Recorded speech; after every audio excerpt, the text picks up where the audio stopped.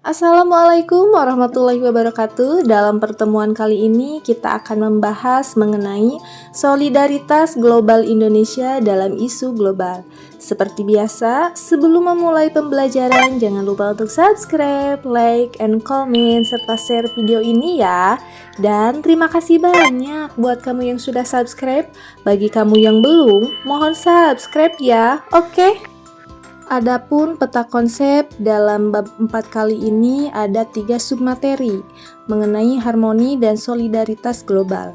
Yang pertama yaitu harmoni dan solidaritas global bagi bangsa Indonesia. Kedua, solidaritas global Indonesia dalam isu global. Ketiga, tantangan dalam menjaga harmoni dan solidaritas global bagi bangsa Indonesia.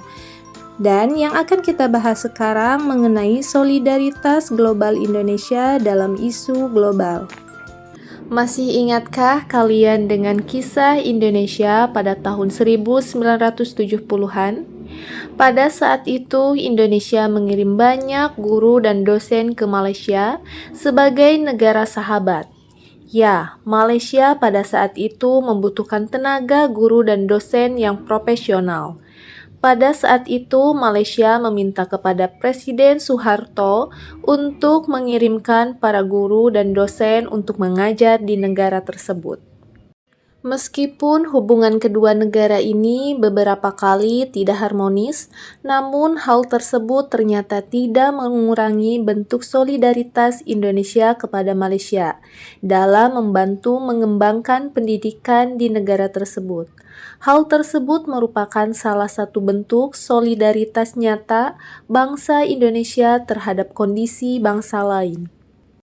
Saat ini, berbagai permasalahan terjadi dalam pergaulan global, tidak hanya menjadi masalah suatu bangsa atau negara tertentu saja, tetapi sudah menjadi permasalahan bersama.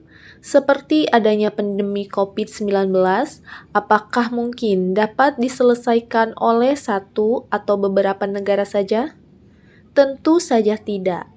Ada banyak persoalan dalam konteks global yang membutuhkan penyelesaian bersama di antara berbagai negara. Masalah-masalah yang ada di hadapan kita antara lain terjadi perubahan iklim dan bencana, isu rasialisme, isu terorisme, isu kesehatan global, dan perdamaian dunia. 1. Perubahan iklim. Apakah di lingkungan tempat kalian tinggal pernah terjadi bencana kekeringan atau banjir? Jika pernah, bisa saja hal tersebut disebabkan karena adanya perubahan iklim yang saat ini terjadi di bumi. Lantas, jika demikian, apa yang dapat dilakukan untuk memperbaiki keadaan tersebut? Banyak cara dan upaya untuk memperbaiki keadaan tersebut. Salah satunya yaitu dengan cara menjaga kebersihan dan senantiasa meminimalisir penggunaan energi berbahan bakar fosil. Lalu, apakah hal tersebut cukup? Ternyata tidak. Oleh karena itu, dibutuhkan kerjasama secara harmonis serta solidaritas antar negara guna bersama-sama menyelesaikan berbagai tantangan dalam menghadapi perubahan iklim. Mengapa demikian? Karena masalah perubahan iklim tidak dapat diselesaikan oleh satu atau dua negara saja. Untuk menghadapi perubahan iklim membutuhkan fokus dan upaya bersama. Dalam menyelesaikan berbagai masalah yang muncul, perlu dipetakan secara akurat, mulai dari faktor penyebab hingga dampak yang ditimbulkan. Perubahan iklim sudah menjadi isu global yang cukup lama diperbincangkan dan menjadi fokus pembahasan banyak negara di berbagai kawasan. Setiap negara sudah merasakan efek buruknya. Hal ini dikarenakan banyak dampak berupa bencana yang ditimbulkan oleh adanya perubahan iklim, seperti banjir, badai, peningkatan volume air, pergantian musim yang cepat, dan lain sebagainya. Dari berbagai data ditemukan bahwa kebakaran hutan menjadi salah satu penyebab terjadinya perubahan iklim. Faktor lainnya adalah adanya pemanasan global dan efek rumah kaca akibat pengundulan hutan dan lahan gambut. Indonesia menjadi negara yang menyumbang polusi udara ketiga terbesar di dunia setelah Amerika Serikat dan Cina. Berdasarkan kondisi tersebut, muncul solidaritas antar negara untuk mengatasi permasalahan tersebut, termasuk negara Indonesia. Di antara usaha yang dilakukan untuk mengkampanyekan isu perubahan iklim yaitu dengan adanya Perjanjian Paris dalam Konvensi Perubahan Iklim Perserikatan Bangsa-Bangsa pada tahun 2019.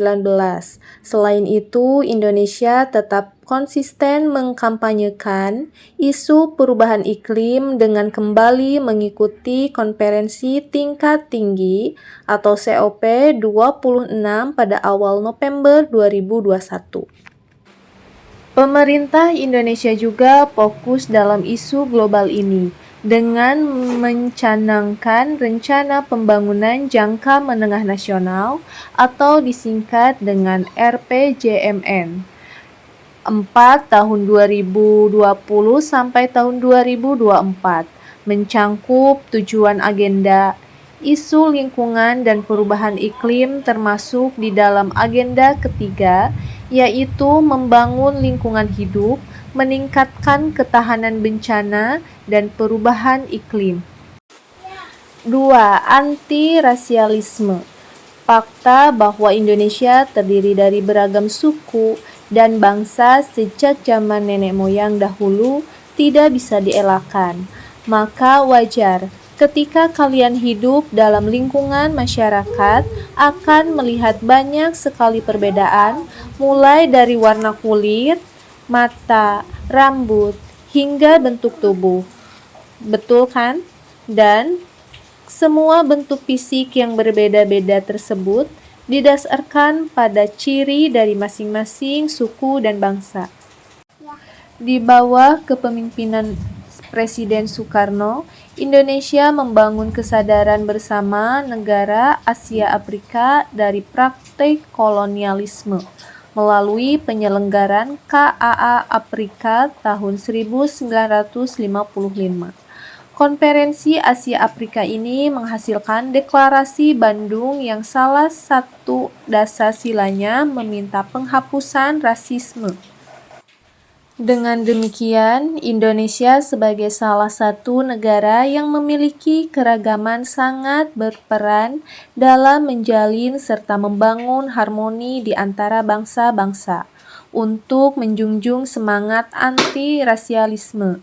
Prinsip dalam menjalin harmoni dan solidaritas anti-rasialisme menjadi hal penting yang diperjuangkan di antara negara-negara di dunia.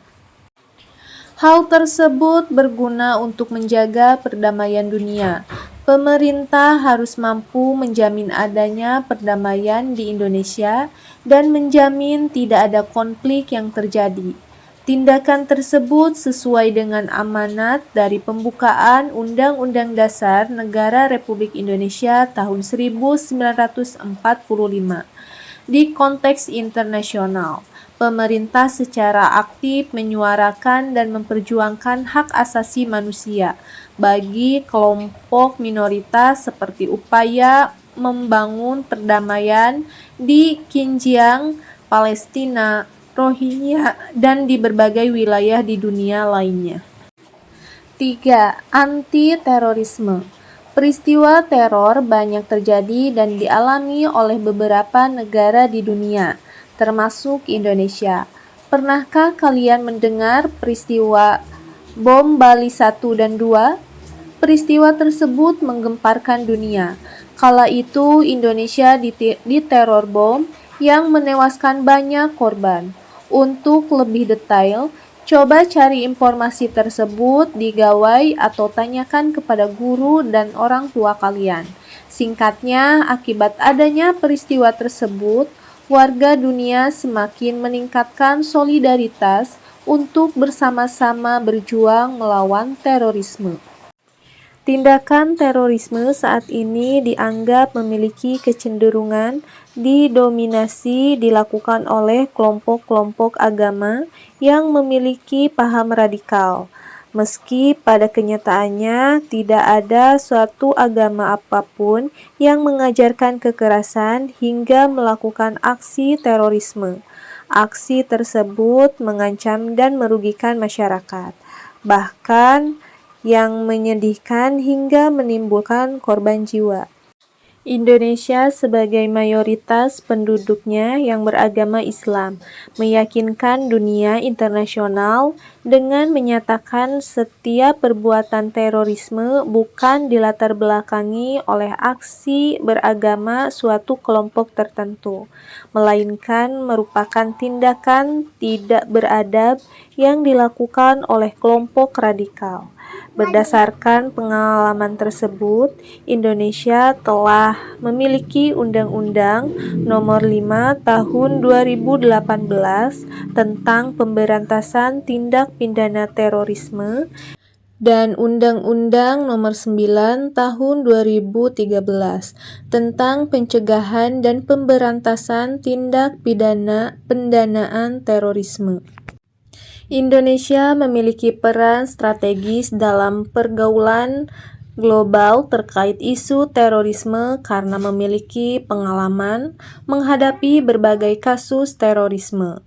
Hal tersebut tercermin dari berbagai forum yang diikuti oleh Indonesia di pentas dunia terkait perihal anti-terorisme.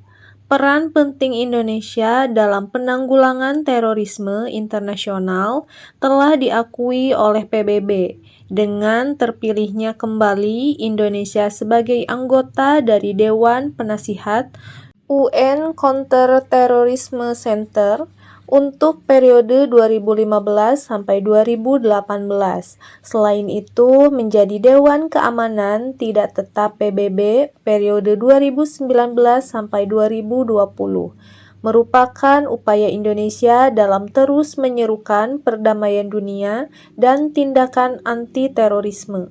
4. Kesehatan global. Seluruh negara di dunia menghadapi permasalahan yang sama, yaitu pandemi COVID-19. Meskipun virus tersebut menyebarnya luas dan mengakibatkan korban jiwa, namun kita patut bersyukur karena ternyata muncul rasa solidaritas yang tinggi di tengah masyarakat. Hal tersebut tercermin dari adanya gotong royong di tengah masyarakat. Berbagai aktivitas dilakukan untuk menunjukkan solidaritas dan gotong royong. Contohnya kegiatan penyemprotan disinfektan atau saling membantu warga yang melakukan isolasi mandiri dengan cara memberikan bahan masakan setiap hari secara bergantian.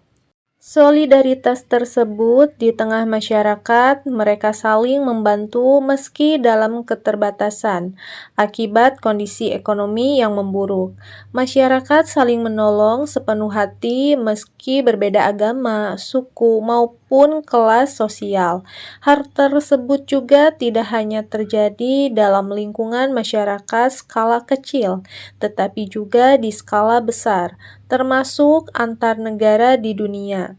Tantangan kesehatan global tidak hanya berkaitan dengan wabah penyakit, tetapi juga berkaitan dengan perubahan iklim dan cuaca ekstrim.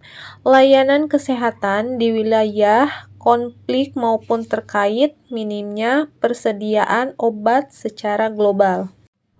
Di organisasi World Health Organization (WHO), Indonesia telah berjasa memperjuangkan kepentingan negara berkembang. Indonesia telah berhasil mendorong negara berkembang lainnya untuk menyepakati resolusi yang mendukung penyediaan vaksin, antivirus, dan alat-alat kesehatan secara terjangkau untuk negara berkembang. Indonesia juga menjabat sebagai anggota eksekutif Board WHO untuk periode 2018-2021. Posisi ini memberi peluang besar untuk Indonesia dalam merumuskan kebijakan dan keputusan World Health Assembly. Dengan demikian, Indonesia memiliki peranan penting dan strategi dalam upaya pengendalian kesehatan global. 5. Perdamaian dunia.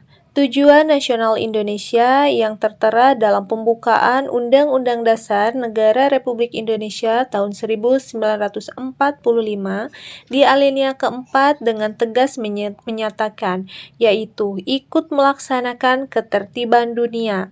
Lantas, apa yang dapat kita lakukan sebagai warga negara? Apakah kalian juga pernah menjaga ketertiban di lingkungan tempat tinggal kalian? Ketika di lingkungan tempat kalian tinggal, ketertibannya terjaga, maka akan tercipta rasa aman dan damai. Semangat untuk menjaga perdamaian dunia oleh bangsa Indonesia didasarkan atas upaya membangun harmoni dan menjadi gerakan solidaritas yang menguat di antara bangsa-bangsa. Peran tersebut sudah dilakukan oleh para pendiri bangsa bahkan sebelum Indonesia merdeka. Hingga saat ini, Indonesia konsisten mengumandangkan perjuangan untuk membangun harmoni dan solidaritas melalui berbagai forum tingkat tinggi dunia. Indonesia pernah menduduki posisi sebagai anggota tidak tetap Dewan Keamanan PBB.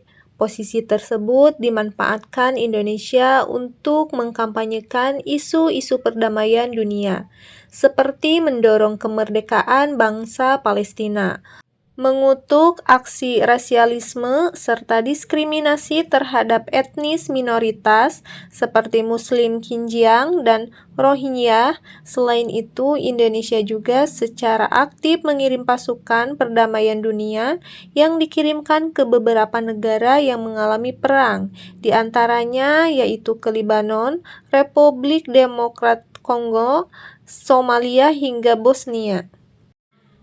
Dengan demikian, Indonesia telah mendorong solidaritas global dalam bentuk mengkampanyekan perdamaian dunia yang sesuai dengan tujuan negara Indonesia. Hal ini dilakukan karena Indonesia memiliki jejak sejarah yang serupa, yaitu mendapatkan kemerdekaan karena mendapatkan dukungan dan solidaritas dari bangsa-bangsa yang memiliki nasib yang sama, yaitu negara yang pernah dijajah. Mungkin itu ya untuk pertemuan kali ini. Mudah-mudahan apa yang telah disampaikan dapat bermanfaat. Sampai bertemu di video selanjutnya. Wassalamualaikum warahmatullahi wabarakatuh. Bye-bye.